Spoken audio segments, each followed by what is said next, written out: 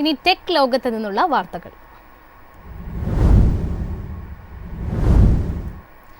ChatGPT, DeepSeek പോലുള്ള AI ഉപകരണങ്ങൾ ഒഴിവാക്കണമെന്ന് ധനകാര്യ മന്ത്രാലയം. സുരക്ഷാ കാരണങ്ങളാലാണ് ഇവ ഒഴിവാക്കാൻ ജീവനക്കാരോട് ആവശ്യപ്പെട്ടത്.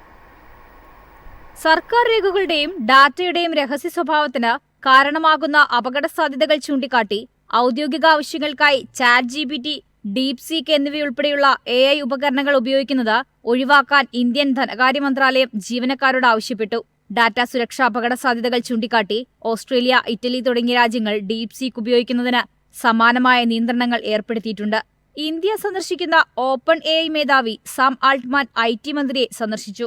ഓഫീസ് കമ്പ്യൂട്ടറുകളിലും ഉപകരണങ്ങളിലുമുള്ള AI ഉപകരണങ്ങളും AI ആപ്പുകളും ഡാറ്റയുടെയും രേഖകളുടെയും രഹസ്യ സ്വഭാവത്തിന് അപകടമുണ്ടാക്കുന്നുണ്ടെന്ന് കണ്ടെത്തിയിട്ടുണ്ട്. ജനുവരി 29-ന് ഇന്ത്യൻ ധനകാര്യ മന്ത്രാലയം പുറത്തിറക്കിയ കുറിപ്പിൽ പറയുന്നു. ഓഫീസ് കമ്പ്യൂട്ടറുകളിലും ഉപകരണങ്ങളിലുമുള്ള AI ഉപകരണങ്ങളും AI ആപ്പുകളും ഡാറ്റയുടെയും രേഖകളുടെയും രഹസ്യ സ്വഭാവത്തിന് അപകടമുണ്ടാക്കുന്നുണ്ടെന്ന് കണ്ടെത്തിയിട്ടുണ്ട്. ജനുവരി 29-ന് ഇന്ത്യൻ ധനകാര്യ മന്ത്രാലയം പുറത്തിറക്കിയ കുറിപ്പിൽ പറയുന്നു. പകർപ്പവകാശ ലംഘനം സംബന്ധിച്ച് OpenAI ഇന്ത്യയിൽ ആരോപണം നേരിടുന്നുണ്ട്. രാജ്യത്ത് തങ്ങളുടെ സെർവറുകളില്ലെന്നും ഇന്ത്യൻ കോടതികൾ ഈ വിഷയം കേൾക്കരുതെന്നും കമ്പനി കോടതി ഫയലിംഗിൽ പറഞ്ഞിട്ടുണ്ട്. News desk MyFin TV. Toyota ചൈനയിൽ ഇലക്ട്രിക് വാഹനങ്ങൾ നിർമ്മിക്കും. ഇതിനായി പ്രതിവർഷം 1 ലക്ഷം വാഹനങ്ങളുടെ ഉൽപാദന ശേഷിയുള്ള ഫാക്ടറി സ്ഥാപിക്കും. ഷാങ്ഹായ് സർക്കാരുമായുള്ള പുതിയ പങ്കാളിത്തത്തിൽ ടൊയോട്ട ചൈനയിൽ ഇലക്ട്രിക് വാഹനങ്ങളും ഇലക്ട്രിക് ബാറ്ററികളും നിർമ്മിക്കും. ചൈനീസ് EV വിപണി കുതിച്ചുയരുന്ന സമയത്ത് ടെസ്ല, BYD തുടങ്ങിയ എതിരാളികളെ നേരിടാൻ ടൊയോട്ട തയ്യാറെടുക്കുകയാണ്. തെക്കുപടിഞ്ഞാറൻ ഷാങ്ഹായിലെ ജിൻഷാൻ ജില്ലയിൽ ഒരു പുതിയ ഫാക്ടറി ടൊയോട്ട സ്ഥാപിക്കും. ഇവിടെ പുതിയ ലെക്സസ് EVകളുടെ ഉൽപ്പാദനം 2027-ൽ ആരംഭിക്കും. പ്രതിവർഷം 1 ലക്ഷം വാഹനങ്ങളുടെ പ്രാരംഭ ഉൽപ്പാദന ശേഷിയാണ് പ്രതീക്ഷിക്കുന്നത്. ഇത് ഏകദേശം 1000 തൊഴിലവസരങ്ങൾ സൃഷ്ടിക്കുമെന്ന് ലോകത്തിലെ ഏറ്റവും മികച്ച വാഹന നിർമ്മാതാക്കളായ ടൊയോട്ട അവകാശപ്പെട്ടു. US-ലെ ബാറ്ററി പ്ലാന്റ് ഏകദേശം 5000 തൊഴിലവസരങ്ങൾ സൃഷ്ടിക്കുമെന്ന് ടൊയോട്ട പറയുന്നു. നോർത്ത് കരോലിനയിലെ $14 ബില്യൺ പുതിയ പ്ലാന്റിൽ ഇലക്ട്രിക് വാഹനങ്ങൾ, ഹൈബ്രിഡുകൾ, പ്ലഗ്-ഇന്നുകൾ എന്നിവയ്ക്കുള്ള ബാറ്ററികൾ ഉൽപ്പാദിപ്പിക്കാൻ തുടങ്ങുമെന്ന് കമ്പനി പ്രഖ്യാപിച്ചിട്ടുണ്ട്. ഏപ്രിൽ മാസത്തിൽ വടക്കേ അമേരിക്കൻ മോഡലുകൾക്കുള്ള ഷിപ്പിംഗ് ആരംഭിക്കും. പ്രസിഡന്റ് ഡൊണാൾഡ് ട്രംപ് ചൈനീസ് ഉൽപ്പന്നങ്ങൾക്ക് തീരുവ ചുമത്തുകയും അടുത്തയാഴ്ച പ്രാബല്യത്തിൽ വരുമെന്ന് ചൈന താരിഫുകൾ നൽകി തിരിച്ചടിക്കുകയും ചെയ്തതിനെ തുടർന്ന് ഏഷ്യയിൽ ഒരു വ്യാപാര യുദ്ധം ഉണ്ടാകുമെന്ന ആശങ്കകൾ വർദ്ധിച്ചുവരുന്ന സാഹചര്യത്തിലാണ് ടൊയോട്ടയുടെ ഈ നീക്കം. News desk MyFin TV. അമേരിക്കയുടെ വ്യാപാര നീക്കങ്ങൾക്ക് തിരിച്ചടി നൽകി ഗൂഗിളിനെതിരെ ചൈന ആന്റി ട്രസ്റ്റ് അന്വേഷണം ആരംഭിച്ചു. ട്രംപ് ചൈനയ്ക്ക് മേൽ ഉത്തരവിട്ട 10% താരിഫ് പ്രാബല്യത്തിൽ വരാനിരിക്കുന്ന സാഹചര്യത്തിലാണ് പ്രതികാര നടപടിയെന്ന് കരുതപ്പെടുന്ന ഈ നീക്കം. US പ്രസിഡന്റ് ഡൊണാൾഡ് ട്രംപ് ഏർപ്പെടുത്തിയ പുതിയ താരിഫുകൾ വ്യാപാര സംഘർഷങ്ങൾ വർദ്ധിപ്പിക്കുന്നതിന് മറുപടിയായി ആഗോള സെർച്ച് എഞ്ചിൻ ഭീമനായ ഗൂഗിളിനെതിരെ ചൈന ആന്റി ട്രസ്റ്റ് അന്വേഷണം പ്രഖ്യാപിച്ചു. ബ്ലൂംബർഗ് റിപ്പോർട്ട് അനുസരിച്ച് state administration for market regulation ഗൂഗിളിനെതിരെ ആന്റി ട്രസ്റ്റ് ലംഘനങ്ങൾ അന്വേഷിക്കും. സൂക്ഷ്മമായ വിശദാംശങ്ങൾ വ്യക്തമല്ലെങ്കിലും എതിരാളികൾക്ക് അന്യായമായി തോന്നുന്ന ഏതെങ്കിലും ബിസിനസ് രീതികൾ അവർ ഉപയോഗിച്ചിട്ടുണ്ടോ എന്ന് അന്വേഷിക്കും.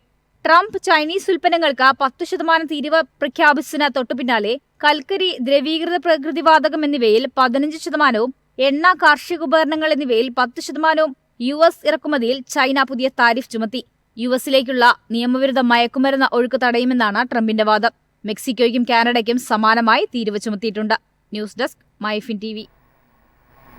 പേനൗ വഴിയുള്ള യോനോ UPI സംയോജനം സിംഗപ്പൂരിൽ നിന്ന് ഇന്ത്യയിലേക്കടക്കമുള്ള പണമിടപാടുകൾ കൂടുതൽ സുഗമമാക്കും. ഇന്ത്യയിലേക്ക് പണമടയ്ക്കൽ മുതൽ ബിൽ പേയ്മെന്റുകൾ വരെ നടത്താൻ SBIയുടെ യോനോ UPI പേനൗ ലിങ്കേജ് ഉപഭോക്താക്കളെ പ്രാപ്തരാക്കുന്നു. കോർപ്പറേറ്റ് റീറ്റെയിൽ ഉപയോക്താക്കൾക്കായി മോണിറ്ററി അതോറിറ്റി ഓഫ് സിംഗപ്പൂരും അസോസിയേഷൻ ഓഫ് ബാങ്ക്സ് ഇൻ സിംഗപ്പൂരും ഈ വർഷം 2 പുതിയ പേയ്മെന്റ് സൊല്യൂഷനുകൾ ആരംഭിക്കും. ഒരൊറ്റ ഇന്റർഫേസിലൂടെ ഒന്നിലധികം ബാങ്ക് അക്കൗണ്ടുകൾക്ക് ശക്തി പകരുന്ന UPIയുമായി ബന്ധിപ്പിക്കാനാണ് SBI സിംഗപ്പൂർ ശ്രമിക്കുന്നത്. SBI Singapore CEO MP Shiva പറഞ്ഞു. പേനൗ വഴിയുള്ള യോനോ UPI സംയോജനം സിംഗപ്പൂരിൽ നിന്ന് ഇന്ത്യയിലേക്കുള്ള ഇടപാടുകൾക്ക് കൂടുതൽ ശക്തി പകരും, അദ്ദേഹം അവകാശപ്പെട്ടു. സിംഗപ്പൂർ ഏറ്റവും പ്രധാനപ്പെട്ട വിപണികളിൽ ഒന്നാണെന്നും ഡിജിറ്റൽ ഇടപാടുകളുടെ വിശാലമായ ശ്രേണി കണക്കിലെടുക്കുമ്പോൾ സേവനങ്ങൾ വാഗ്ദാനം ചെയ്യുന്നതിൽ ഞങ്ങൾ കൂടുതൽ ശ്രദ്ധിക്കുന്നുവെന്നും അദ്ദേഹം കൂട്ടിച്ചേർത്തു. യോനോ മൊബൈൽ ആപ്പ് ഉപയോഗിച്ച് ഉപയോക്താക്കൾക്ക് കുറച്ചു ടാപ്പുകൾ വഴി അവരുടെ സാമ്പത്തികം കൈകാര്യം ചെയ്യാൻ കഴിയും. ഇന്ത്യയിലേക്കുള്ള പണമയക്കൽ മുതൽ ബിൽ പേയ്മെന്റ്, പ്രാദേശിക പേയ്മെന്റ് സിസ്റ്റങ്ങളിൽ നിന്നുള്ള ഫണ്ട് കൈമാറ്റം എന്നിവയെല്ലാം ഇതിൽ ഉൾപ്പെടുന്നു. തെക്ക് കിഴക്കൻ ഏഷ്യൻ മേഖലയിലെ ഇന്ത്യയിലെ ഏറ്റവും വലിയ വ്യാപാര നിക്ഷേപ പങ്കാളികളിലൊന്നാണ് സിംഗപ്പൂർ. 2024 ഒക്ടോബറിലാണ് യോനോ സിംഗപ്പൂരിലെ സോഫ്റ്റ്വെയർ ലോഞ്ച് നടത്തിയത്. ഈ സാമ്പത്തിക വർഷം 1500 ഡൗൺലോഡുകൾ ഉണ്ടാകുമെന്ന് പ്രതീക്ഷിക്കുന്നതായും അദ്ദേഹം അവകാശപ്പെട്ടു. News desk MyFin TV. AI വിപ്ലവത്തിന് നേതൃത്വം നൽകാൻ ഇന്ത്യ ഒരുങ്ങുന്നുവെന്ന് OpenAI CEO സാം ആൾട്ട്മാൻ കേന്ദ്ര IT മന്ത്രി അശ്വിനി വൈഷ്ണവുമായി കൂടിക്കാഴ്ച നടത്തി. ഓപ്പൺഎഐയുടെ രണ്ടാമത്തെ വലിയ വിപണിയാണ് ഇന്ത്യ. കഴിഞ്ഞ വർഷം ഉപയോക്താക്കളുടെ എണ്ണം 3 ഇരട്ടിയായി വർദ്ധിച്ചു. ഓപ്പൺഎഐക്ക് ഇന്ത്യ ഒരു പ്രധാന വിപണിയാണെന്ന് ആൾട്ട്മാൻ പറഞ്ഞു. AI വികസനത്തെ രാജ്യത്തിന്റെ കുറഞ്ഞ ചെലവിലുള്ള ചാന്ദ്ര ദൗത്യവുമായി അശ്വിനി വൈഷ്ണവ് താരതമ്യം ചെയ്തു. ഓരോ വർഷവും ചെലവുകളിൽ 10 മടങ്ങ് കുറവ് കാണുന്നു. ഇന്ത്യൻ ഗവേഷകർ നവീകരണത്തിന്റെ അടുത്ത ഘട്ടത്തിൽ ശ്രദ്ധ കേന്ദ്രീകരിക്കുന്നതായി അദ്ദേഹം പറഞ്ഞു.